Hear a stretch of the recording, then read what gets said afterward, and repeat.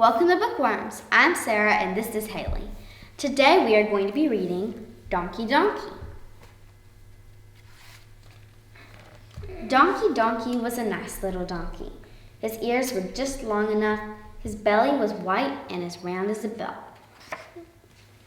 Donkey Donkey had many dear friends. Here are some of them. Here are some others. Pit and Pat, the horses, and Hector the dog were also his friends.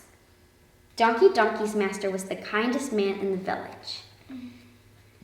Donkey Donkey loved thistles for his dinner, and there were a lot of them near the little stream across the meadow. Yet in spite of all that, Donkey Donkey was not happy. One day he was drinking with Pat at the stream.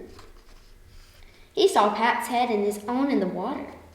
He thought Pat was so beautiful with his small ears, and he so ridiculous with his long ones that he became very sad and wouldn't eat anymore. Donkey Donkey at last went to see Hector. Hector was very clever. He knew all sorts of tricks.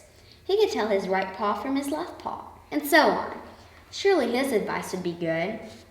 "You poor donkey," said Hector. "I know what's wrong with you. With your ears up like that, you resemble a sailboat. Keep your ears down as I do."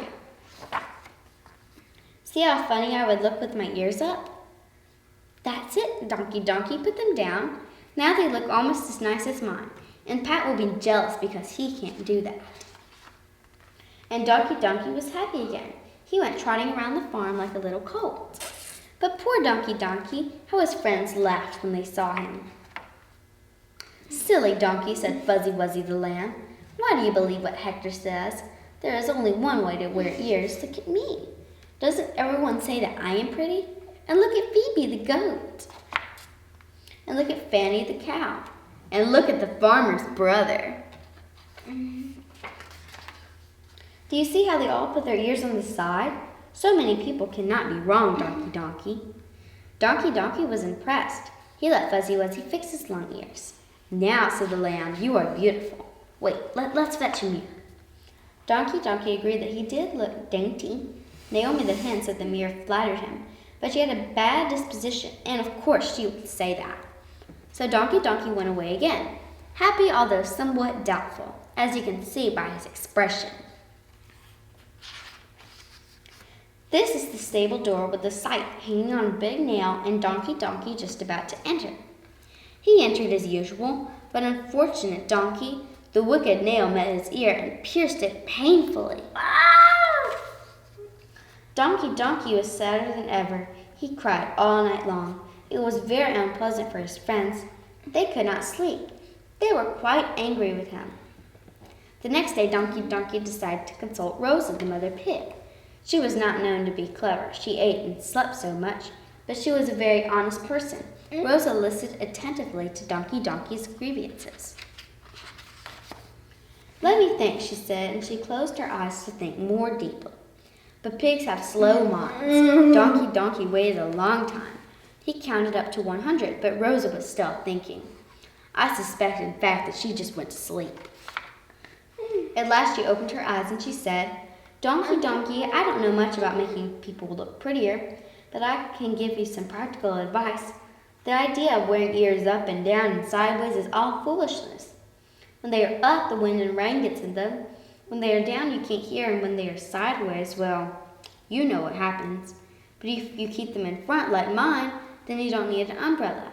You laugh at the sun and the rain, and you can hear well." And Rosa, who had never spoken so much in her life, went to sleep. Donkey Donkey tried it at once. He thought it was a very good idea. 2 days later, there was a lot of wind and rain. Pat caught cold and had the mumps. He had to stay in for a week. He was much ashamed. Donkey Donkey did not catch cold. He was delighted, although he felt sorry for Pat, of course. But this is to show the inconvenience of wearing one's ears in front and of being unable to see the sun and other things up in the air. Mr. Jones, the farmer, was painting his house. His ladder, being too old, broke. Mr. Jones fell. He fell on Donkey Donkey's head, and they both fell to the ground. And Donkey Donkey was very ill. The doctor was called in. He bandaged his wounds. He pulled his tongue. He felt his pulse. He put him on a scale. He listened to his breathing, and then he gave him some bad-tasting medicine with a spoon. Donkey's wounds were soon healed, but he was still unhappy about his ears. Everything he had tried had failed. As he was brooding over these sad things, Daniel the little sparrow perched on the nearby fence. He said, Donkey, silly donkey, you aren't a pig, you aren't a lamb, you aren't a pig, you are a donkey. Keep your ears up as donkeys do. Twit, twit, twit, and Daniel flew swiftly away. Donkey was astonished, but he was delighted when a little girl passing by with her father said, Oh, Daddy, see the pretty little donkey. His ears are so beautiful. And from that day, Donkey kept his ears up. He enjoyed eating thistles again, and he became the happiest of donkeys. And this story is finished. The end.